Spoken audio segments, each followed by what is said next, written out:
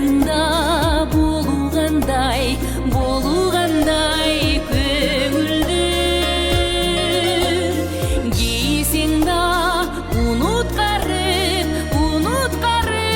қоюшан алар барда дүйні барда төгімді алар барда дүйні барда төгімді жандап жүрсө вазирлердин жакшысы хандың дағы бейпіл болот тақтысы жан дүнүнү майрам кылып жиберген жакшы адамдар бул дүйнөнүн бактысы жакшы адамдар бул дүйнөнүн бактысы жашоодо эл болбосу деп муңайым жарыктанткан нур чачкандай күн айым жабыркаган жүрөктөргө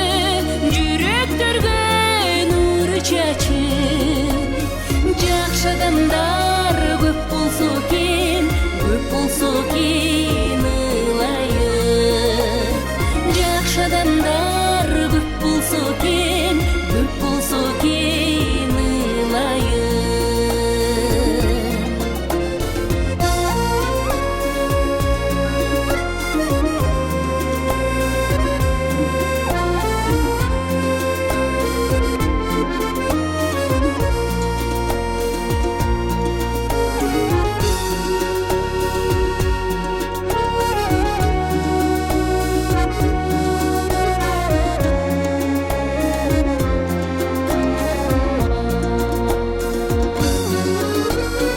жабыркаган жүрөктөргө